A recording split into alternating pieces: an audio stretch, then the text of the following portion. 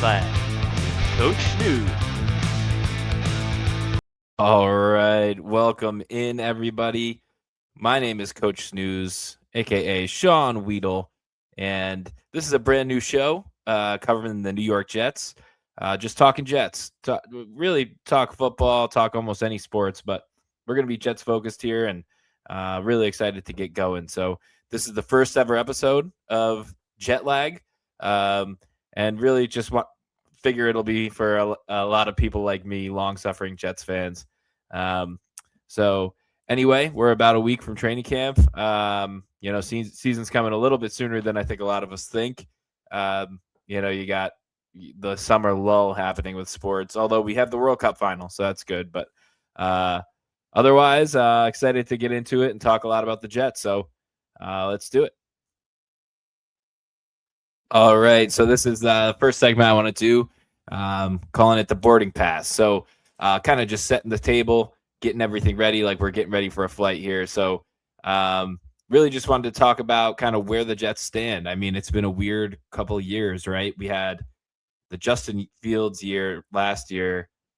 As a long-suffering fan, I have to say, I feel like that year will just be such a blip on the radar in the future when we look back and we'll be like, oh, yeah, remember that? We had that one weird year in between Rodgers and the disaster that was, and then whatever's to come next. So really excited to see if Aaron Glenn can turn this thing around. I think most Jets fans would agree that Darren Muji seems to be doing a pretty good job. Seems like we've been acquiring a good amount of young talent. Able to lock up Garrett and Tippmann and a couple of these guys long term. So looking like a little positive, as hard as that is for Jets fans, but that's kind of where we're at now. Camp is set to start. I think it's like 12 days away. So that's going to be super exciting to see where we're at as a team. If some of these holes that we've plugged, if it's working, if it's not working. And obviously there's a bunch of different topics and position battles to look at and kind of, all the different themes and going on through camp. So we'll take a look at that next in the next segment here.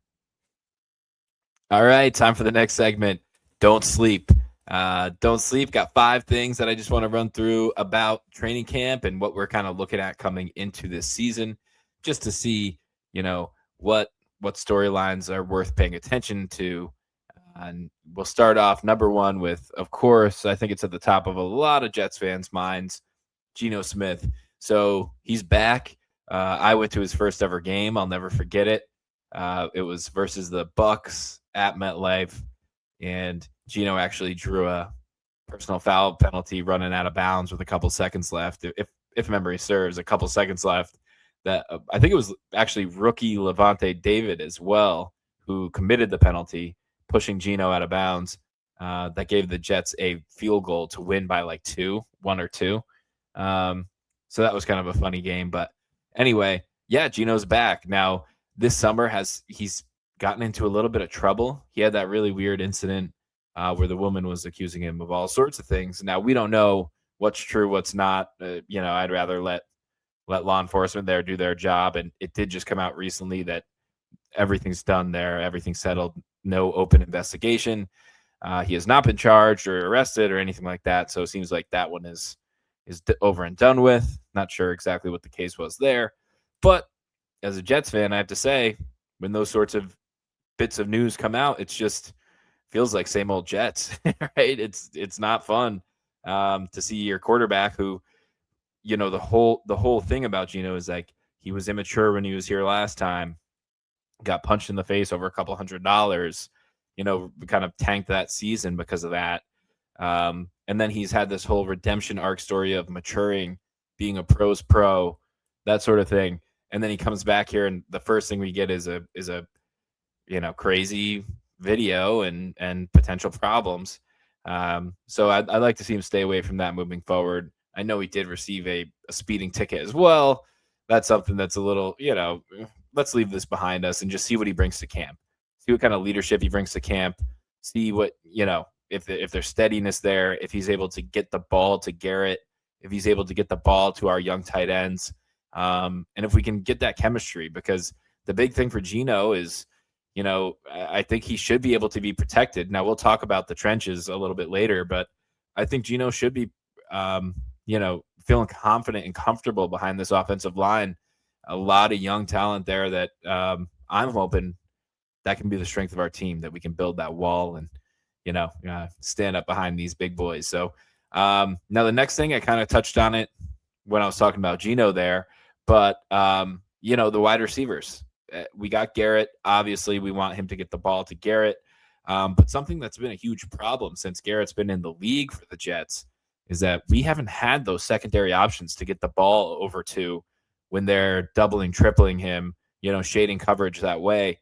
So really fascinating to see if we can get, the rookie Omar Cooper Jr., if he comes in and he's just lights out from the jump. That would be so awesome. I have to, as a Jets, that would be so awesome to say, okay, we got two studs at receiver. And then the other wild card is Adonai Mitchell.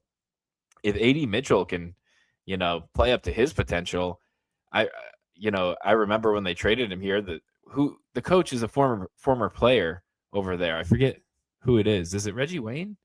But he said he was very upset about, them giving up on AD Mitchell, and thinks that he is a world. I mean, the speed that he has, the size, the length, there's a lot there. So if he can shine with a steady QB back there in Gino, man, that would be awesome.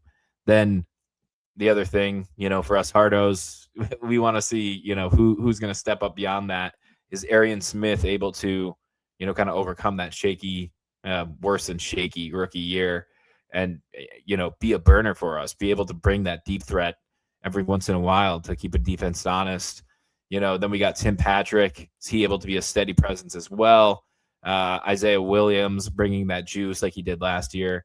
These are all things that hopefully work out in the Jets' favor here, and that, we've brought in some young talent, just need to stay healthy, and hopefully that works out. Now, that brings me to my next point, which is, the tight ends, Mason Taylor and Kenyon Sadiq. So I think a lot of us were shocked when we drafted Kenyon Sadiq. But I know for one, I was thrilled about it, especially after we got Omar Cooper after that. But to have Sadiq and Taylor to deploy together, different sets, moving Sadiq around, I just think that that's such a huge deal. And hopefully Gino is going to be able to get those guys the ball, because, man, if it's, if our tight ends are coming alive and they're a 1-2 punch, or even if Sadiq is and Taylor's just great blocking, whatever the case is, to have those threats to take the heat off of Garrett, and if Omar is able to do something, that would just be awesome. So really interested to see how not just Kenyon Sadiq as a rookie, but how Mason Taylor comes into camp in his second year. See if we could really, kind of accelerate the tight end makeover, because that's the thing. Tight ends usually take a little time getting familiar in this league. So it's wishful thinking, but I'm really hopeful that we could get it done where we take advantage of these, 2 high draft picks that we've just used on tight ends. I said I would talk about it. This is the other huge one, the trenches, right? So it's hard to tell in the offseason without pads and exactly how good you're going to be. And you never really know until game 1. But to have Olu Fashanu, Armand Mempu on the outside, as our bookend tackles, really, really strong moving forward. The Joe Tippmann contract extension, that was awesome. So then really if we continue to get that solid play from Myers in the middle and Parham ends up being a good signing, again, if we're healthy, that looks like a pretty good spot on the team. So I'm really excited to see how that shakes out in camp, how these guys are playing. And then the other side of it is I'm really excited for, seeing how these guys on the opposite side of them play, with David Bailey coming in, number 2 overall pick. It seems like it's a quiet summer for David Bailey. Like, there's so many different things going on with the Jets. It's almost just like he's kind of sneaking under the radar a little bit to me. There he is, Bailey the Beast. So really looking cool in that cool uniform. I think those uniforms are pretty cool, not gonna lie. But yeah, just really, really excited about seeing what they have on the defensive line. I mean, Devondre Sweat, is he able to eat up those run plays in the middle, to kind of keep that big boy in the middle that scares off the other team from running on us all day? And then these other, veterans that we signed, Enigbare, Joseph Osai, Onyemata, are these guys able to hold up, teach the younger guys? I mean, Osai's like 26, so he's kind of a younger guy himself, but can we get the most out of these guys? And then really, most importantly, can David Bailey, Will McDonald, can they hold up in the run game well enough and then, feast off the edge? We need to put opposing offenses in bad positions, playing from behind, that sort of thing, to really set these guys loose. I really hope that we can get there. I hope that, David Bailey's able to shine, get double-digit sacks in his rookie year. That's what I'm looking for. So a hot start to camp would be huge for him. So, and then the fifth thing I had here, the secondary. Just super excited to see how these guys play. Minkah Fitzpatrick coming in to lead the whole charge. Then you got Andre Cisco coming back. Some veterans, we signed Brandon Stevens, Wright coming over from the Bears. But I'm most interested in seeing Azareye'h Thomas, seeing if he can kind of expand on what I felt was some promise that he's shown, and see if maybe he could step into a starting role. With that length, it would be awesome. I mean, he fits the mold for sure.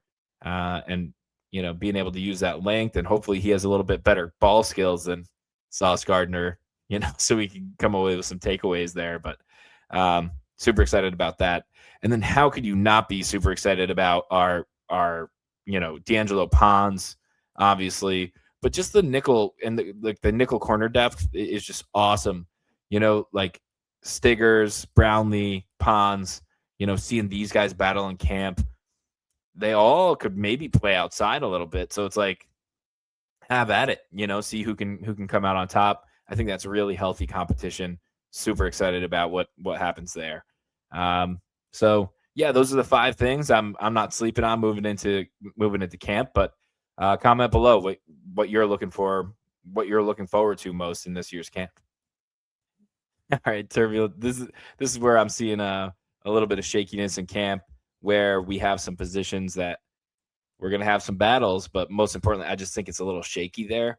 And I'm hoping that we can, find some stability in these kind of, I would say these are a little bit under the radar positions that people aren't thinking of as super shaky. Well, one of them's super obvious, but we'll start there.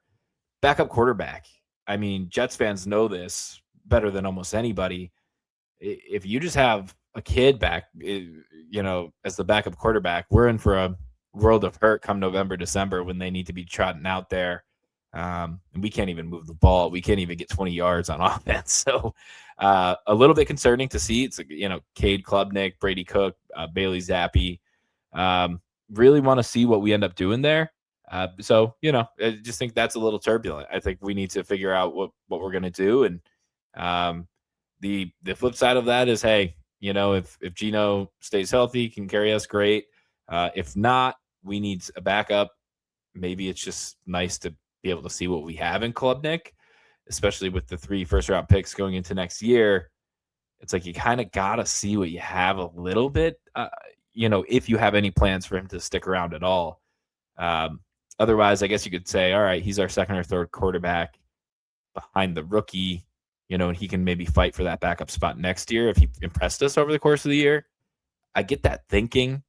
But it is just a little, we've been in this position before as Jets fans. I think we kind of, know how that goes. So, I don't know. We'll see what happens there.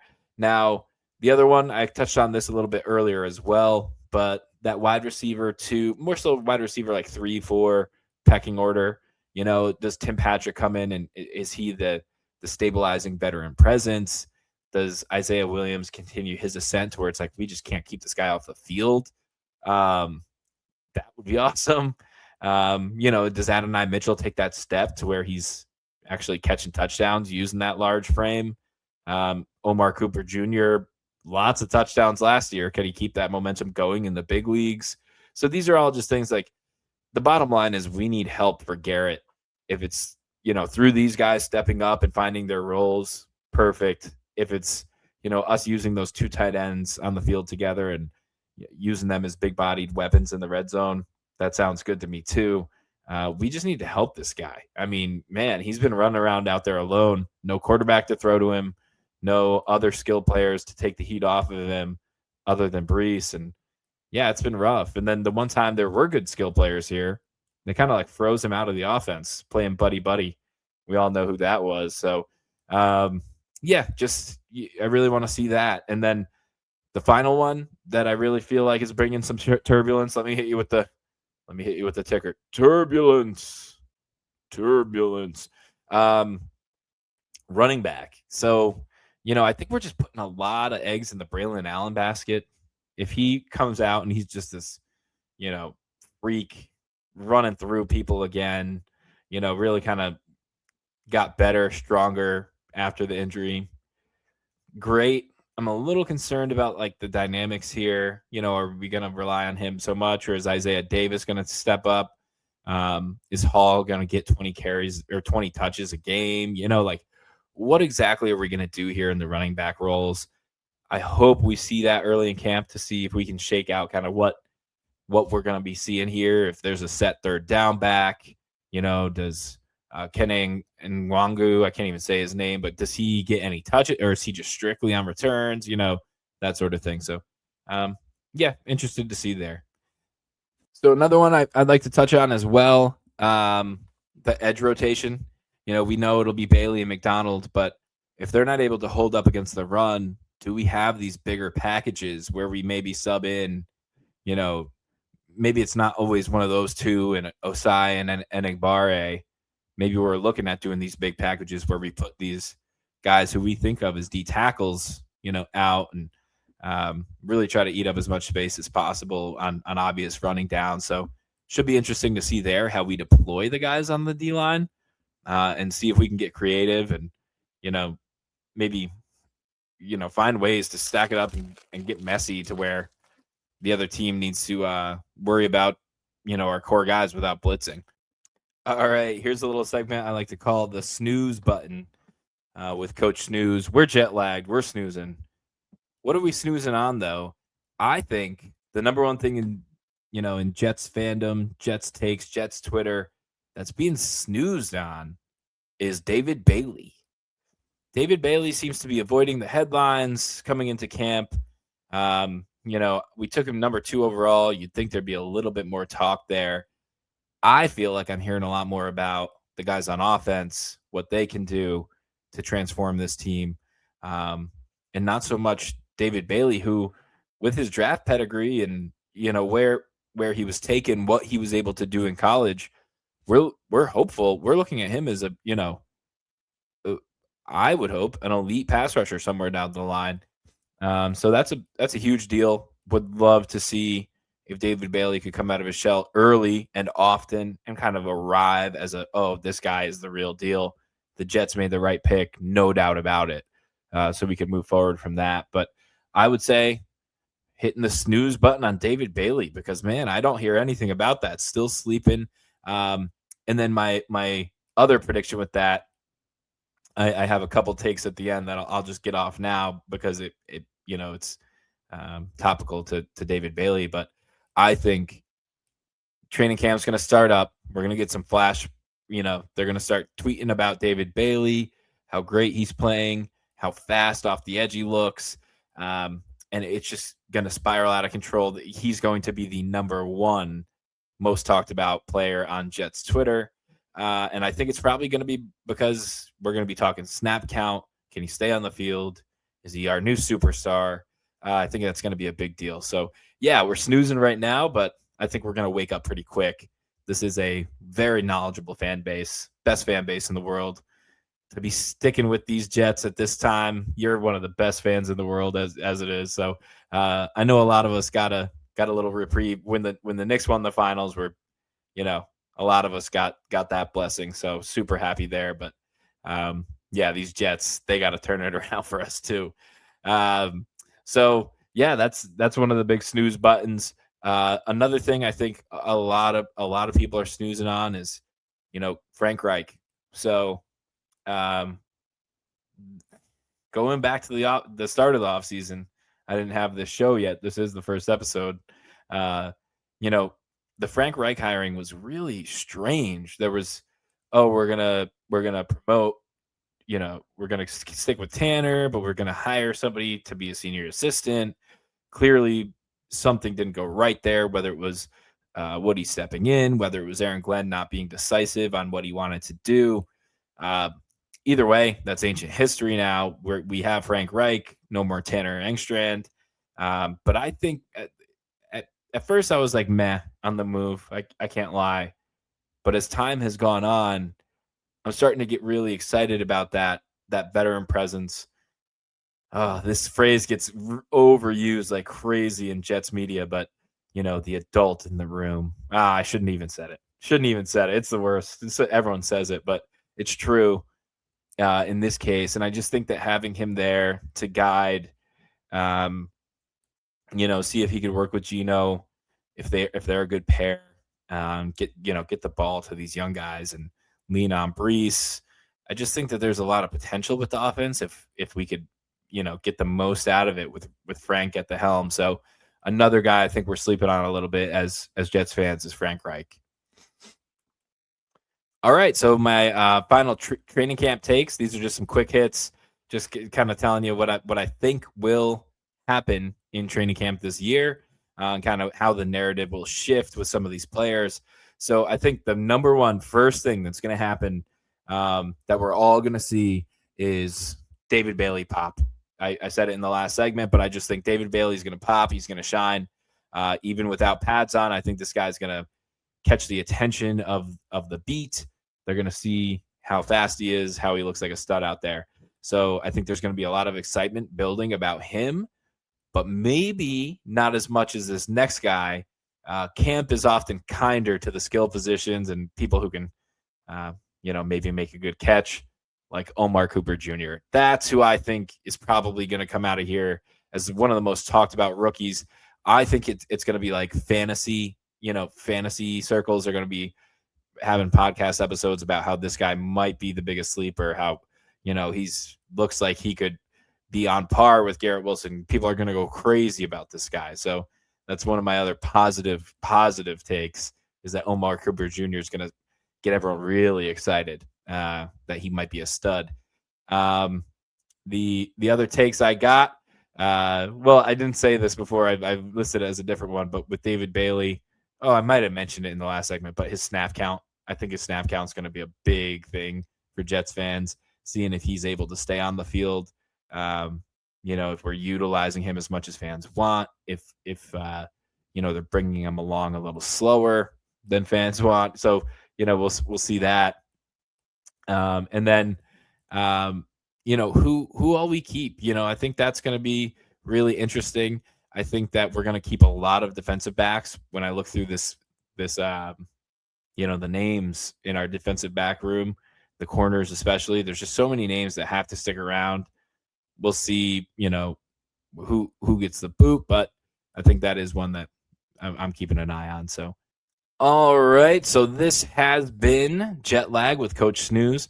I hope you guys enjoyed this first episode.